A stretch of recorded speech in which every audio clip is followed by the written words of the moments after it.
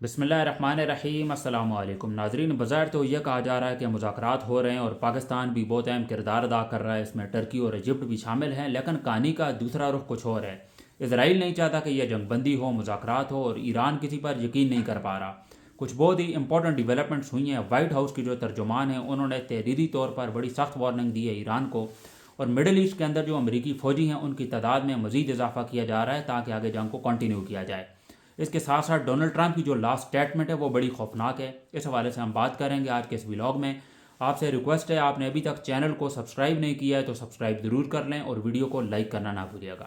سب سے پہلے ہم بات کر لیتے ہیں وائٹ ہاؤس کی جو ترجمان ہیں انہوں نے کیا اسٹیٹمنٹ دی۔ وہ کہتی ہیں کہ ہم ایران پر ایسا حملہ کریں گے کہ اس طرح کا حملہ اس سے پہلے ہم نے کبھی بھی نہیں کیا اگر ایران ہماری ڈیمانڈز پوری نہیں کرتا۔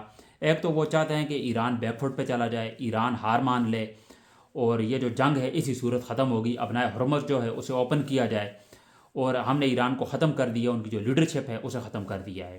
لیکن آن دی ادر ہینڈ ایران کا جو موقف ہے وہ آپ کے سامنے ہی ہے۔ ایران ہار ماننے کا نام نہیں لے رہا۔ سعودی عرب کے اندر کافی نقصان پہنچایا ایران نے امریکہ کو، پھر اور بھی جو مڈل ایسٹ کے کنٹریز ہیں ایران ان کے جو امریکہ کے بیسز ہیں انہیں ٹارگٹ کر رہا ہے۔ حالانکہ امریکہ ابھی مڈل ایسٹ کے اندر جو امریکی فوجی ہیں ان کی تعداد میں اضافہ کر رہا ہے۔ ابھی جو یہ سمجھ لیں کہ CNN کی جو رپورٹ ہے اس کے مطابق امریکہ نے 50,000 مزید جو فوجی ہیں وہ بیٹھے ہیں مڈل ایسٹ کے اندر تاکہ آگے اس جنگ کو کنٹینیو کیا جائے، اور ایران جو ہے وہ ہار ماننے کا نام نہیں لے رہا۔ تو امریکہ کی جو وائٹ ہاؤس کی ترجمان ہے انہوں نے یہ دھمکی دی ہے کہ ہم نے اب اس طرح کا حملہ کرنا ہے ایران پر کہ اس طرح کا حملہ ہم نے اس سے پہلے کبھی بھی نہیں کیا۔ تو ایران جو ہے وہ ہار نہیں مان رہا۔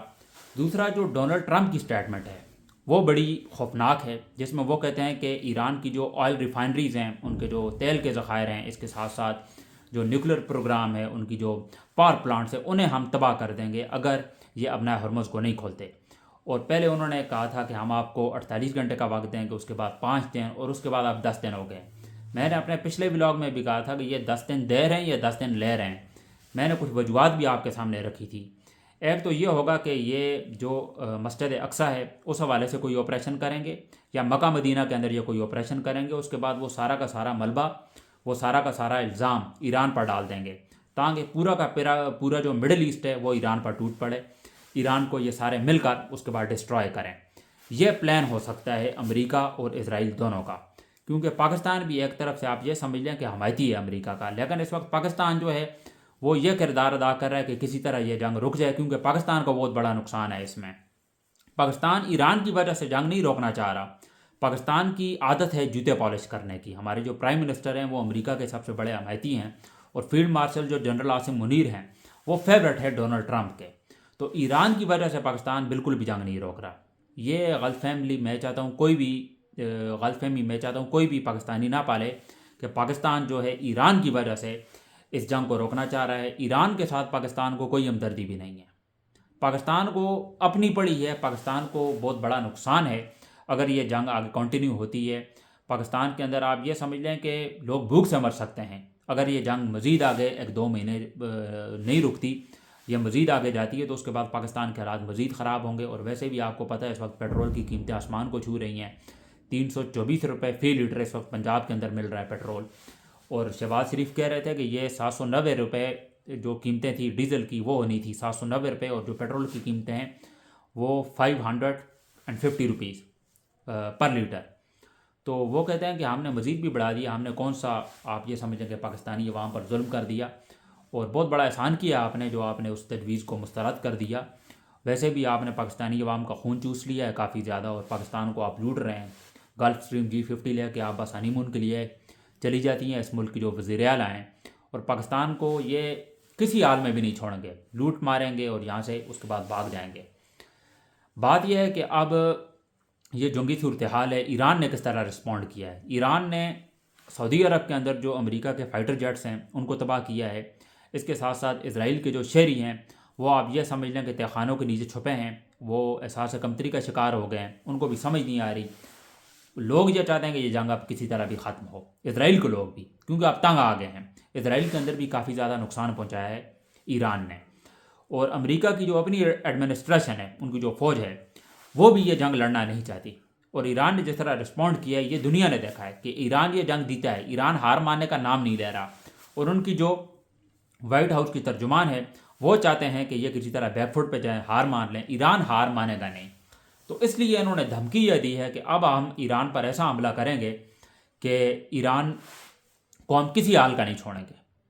اور اس طرح کا حملہ اس سے پہلے ہم نے کبھی بھی نہیں کیا. تو ایران نے بھی اس کے بدلے میں یہی کہا ہے. جب ڈونلڈ ٹرمپ کی اگر آپ لاسٹ اسٹیٹمنٹ دیکھیں جس میں وہ یہ کہتے ہیں کہ ہم ان کی آئل ریفائنریز کو ٹارگٹ کریں گے، ہم ان کے پاور پلانٹس کو ٹارگٹ کریں گے، ایران نے پھر آگے سے یہ رسپونڈ کیا ہے کہ جن کنٹریز میں ان کے بیسز ہیں، جس کنٹریز نے بھی ان کی ہیلپ کی ہے، ہیلپ سے مراد اس میں یو اے ای آ جاتا ہے، اس میں سعودی عرب ہے، اس میں بحرین ہے، اس میں قطر ہے، کویت ہے، یہ سارے کنٹریز جو ہیں امریکہ کے حمایتی ہے، انہوں نے بیسز دیے ہوئے ہیں امریکہ کو. تو لہٰذا ایران جو ہے ان سب کنٹریز کو ٹارگٹ کرے گا، اور یہ ان کا حق بھی ہے، کیونکہ اگر آپ ایران کی عوام کو ٹارگٹ کریں گے اس کے بعد ایران بھی آپ کو ٹارگٹ کرے گا. اور اس میں ایسا نہیں ہے کہ ایران وہاں کی پبلک کو اگر ٹارگٹ کر رہا ہے یہ سارا کا سارا ملبہ آپ ایران پر ڈال دیں گے. آپ نے امریکہ کو مدد کے لیے بیسز دیے ہوئے ہیں، آپ نے امریکہ کو یہاں ٹھہرایا ہوا ہے تاکہ وہ اس پورے خطے کے اندر تباہی پھیلا سکے. تو لہٰذا ایران بھی آپ کے اوپر حملہ کرے گا، اس میں کوئی بڑی بات بھی نہیں ہے. یو اے کے اندر ایران حملے کرے گا، ایران جو ہے سعودی عرب کے اوپر بھی حملے کرے گا، قطر کے اوپر بھی، کویت کے اوپر بھی، ایران کسی کو بھی نہیں چھوڑے گا. یہ ایران نے صاف طور پر کہہ دیا ہے. اگر آپ ایران کی آئل ریفائنریز کو تباہ کریں گے، ایران بھی آپ کی آئل ریفائنریز کو تباہ کرے گا. یہ میٹر نہیں کرتا کیونکہ آپ نے امریکہ کو بیسز دیے ہوئے ہیں، لہٰذا آپ بھی امریکہ کے حمایتی ہیں، ایران نے آپ کے اوپر بھی حملہ کرنا ہے. پاکستان، میں نے جیسے کہا ہے، پاکستان کی عادت ہے جوتے پالش کرنے کی. پاکستان شہباز شریف سیلوٹ پیش کرتے ہیں امریکہ کو، اور نوبل پیس پرائز کے لیے نامزد کیا ہوا ہے انہوں نے ڈونلڈ ٹرمپ کو، اور اس کے بعد بھی نامزدگی واپس نہیں لی ہے جب سے ایران کے 300 بچوں کو مار دیا ہے ڈونلڈ ٹرمپ نے. پہلی اسٹرائک جو کی تھی وہ ایک اسکول پر کی گئی تھی جس میں 250 سے 300 بچیوں کو مار دیا انہوں نے، اور ایک سٹیٹمنٹ تک نہیں ہے یہ ہمارے وزیر اعظم کی جانب سے، ہمارے ملک کے فیلڈ مارشل کی جانب سے، اور کسی بندے کی جانب سے بھی. پہلی اسٹرائک کی انہوں نے، اور ایک بندے کا نام 38,000 بار ایپسٹین فائل کے اندر آیا ہے. اس بندے کو نامزد کرتے ہیں ہمارے ملک کے پرائم منسٹر نوبل پیس پرائز کے لیے، اور اس کے بعد ہمارے ملک کا ایک جرنلسٹ ان سے سوال کرتا ہے کہ اب بھی وہ نوبل پیس پرائز کے حقدار ہیں. تو آگے سے کوئی جواب بھی نہیں ہے مریم نواز کے پاس، کوئی جواب بھی نہیں ہے. اور یہ بڑے خوش ہو رہے ہیں کہ پاکستان جو ہے بہت ہی اہم کردار ادا کر رہا ہے اس جنگ کو روکنے کے لیے. پاکستان کوئی کردار بھی ادا نہیں کر رہا. پاکستان ایران کی وجہ سے اس جنگ کو بالکل بھی نہیں روکنا چاہ رہا. پاکستان کو اپنے لالے پڑے ہیں. پاکستان بھوک سے مر سکتا ہے. ہماری معیشت آپ کے سامنے ہے، پیٹرول کی قیمتیں، میں نے آپ کو کہا ہے نا، عالمی منڈی کے اندر ابھی بھی پیٹرول سستا ہے. کووڈ سے زیادہ مہنگا نہیں ہے پیٹرول. جب کووڈ تھا پیٹرول بہت ہی زیادہ مہنگا تھا، اس وقت پھر بھی ہمیں 150 فی لیٹر پیٹرول مل رہا تھا. اور اس وقت کے حساب سے عالمی منڈی کے اندر پیٹرول کی قیمتیں کم ہیں. پیٹرول کی قیمتیں آپ دیکھ لیں، 321 روپے فی لیٹر پیٹرول مل رہا ہے اس وقت پاکستان کے اندر. مٹی کے تیل کی قیمتوں میں مزید اضافہ ہوا ہے. ہر چیز آپ یہ سمجھ لیں کہ آگ برس رہی ہے. تو رہنے کے قابل تو چھوڑا ہی نہیں ہے پاکستان کے اندر غریب عوام کو. ایک آدمی جو ہے وہ ایک وقت کا کھانا بھی نہیں کھا سکتا. معیشت ہماری تباہ ہے، ہمارے ملک کی ریئل اسٹیٹ ہماری تباہ ہے. کوئی ایک ایسا شعبہ بھی نہیں ہے جس میں پاکستان کہیں ہم کہ پاکستان بالکل ٹھیک جا رہا ہے. کوئی ایک جگہ بھی ایسی نہیں ہے. پورے ملک کا انہوں نے بیڑا غرق کیا ہوا ہے. تو کچھ یہ امپورٹنٹ ڈیولپمنٹس تھیں جو میں نے آپ کے سامنے رکھی، اور صورتحال آپ کے سامنے ہی ہے.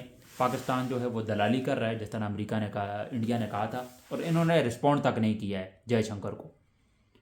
تو یہ کچھ اہم ڈیولپمنٹس تھی جو میں نے آپ کے سامنے رکھی. امید ہے کہ آج کا ولاگ آپ کو پسند آیا ہوگا.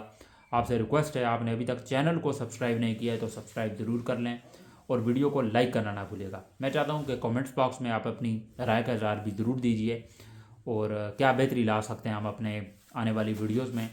تو انشاءاللہ آپ سے مزید گپ شپ ہوگی. ملتے ہیں آپ سے انشاءاللہ اگلے ولاگ میں. مجھے دیجیے اجازت. اللہ حافظ.